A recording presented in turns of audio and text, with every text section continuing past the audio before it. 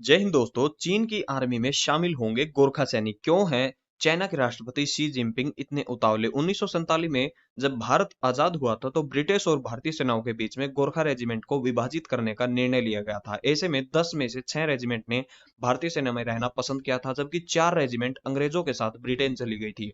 Gorkha regiment के अदम्य साहस को चुनौती को दुनिया जानती है और भारतीय सेना में गोरखा सैनिकों की आन बान शान का लोहा भी माना जाता है। चीन की भारत की सेना में गोरखा सैनिकों की शौर्य को मानता है और यही कारण है कि चीन अब नेपाल में शासन कर रही कम्युनिस्ट सरकार से गोरखाओं को चीन की सेनाओं पीएलए में शामिल करने की मांग कर सकता है। गोरखा सैनिकों को चीन की सेना में शामिल करने को लेकर चीन काफी रुचि दिखा रहा है। दरअसल मीडिया बताती है कि 2023 में एक भी नेपाली गोरखा भारतीय सेना में शामिल नहीं हो पाएगा, क्योंकि ये एक बड़ा कारण है भारत की वजह से। क्योंकि भारत में जो अग्निपथ योजना है उसके तहत नेपाल की सरकार ने भारत के जो गोरखा सैनिक नेपाल के शामिल होते हैं उनको नेपाल ने उनको इजाजत नहीं दी और हर साल तकरीबन 1300 सैनिकों की भारतीय सेना में भर्ती हुई है। और इसका यही कारण है कि नेपाल सरकार ने मना कर दिया, जिसकी वजह वजह अग्निपथ योजना है इंडिया की योजना। 1947 में जब त्रिपक्षीय समझौते का उल्लंघन इसको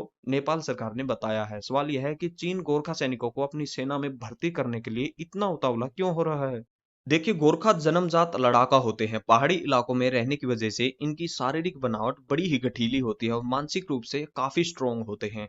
अपने से कई गुना ताकतवर दुश्मन को ये धूल छटा सकते हैं। जब 1814 में जब अंग्रेजों की भिड़ंत गोरखाओं सैनिकों से हुई थी तो इस युद्ध के दौरान अंग्रेजों को समझ में आ चुकी थी कि गोरखा सैनिकों से जीता नहीं जा सकता। इसके बाद ब्रिटिश सेना ने, ब्रिटिश जो हुकूमत है उसने ब्रिटिश इंडिया की आर्मी में ही गोरखा सैनिकों की भर्ती शुरू कर दी थी। और भारत के अलावा किस देश में गोरखा रेजिमेंट है क्या आप जानते हैं? 1947 में जब भारत आजाद हुआ था तो ब्रिटिश और भारतीय सेनाओं के बीच में गोरखा रेजिमेंट को विभाजित करने का निर्णय लिया गया था, जिसमें से 10 में से 6 रेजिमेंट भारतीय सेना में ही रह गई थी और जबकि जो 4 रेजिमेंट है वो अंग्रेजों के साथ ब्रिटेन चली गई थी।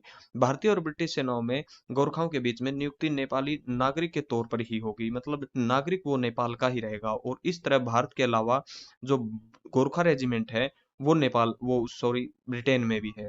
चीन गोरखाओं को पीएलए में शामिल करने के लिए ललचा रहा है। अगस्त 2020 में बीजिंग ने नेपाल में एक अध्ययन शुरू किया था, हिमालय राष्ट्र युवा भारतीय सेना में शामिल क्यों हो रहे हैं।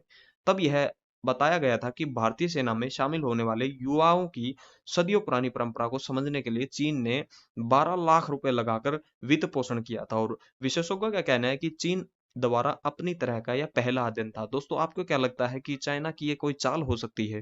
क्या गोरखा रेजिमेंट को चाइना अपनाएगा? कमेंट सेक्शन में जरूर बताना और ऐसी नॉलेजेबल वीडियोस के लिए आप हिंदी वर्ल्ड व्यू को सब्सक्राइब कर लीजिए। मिलते हैं अगली वीडियो में। जय हिंद।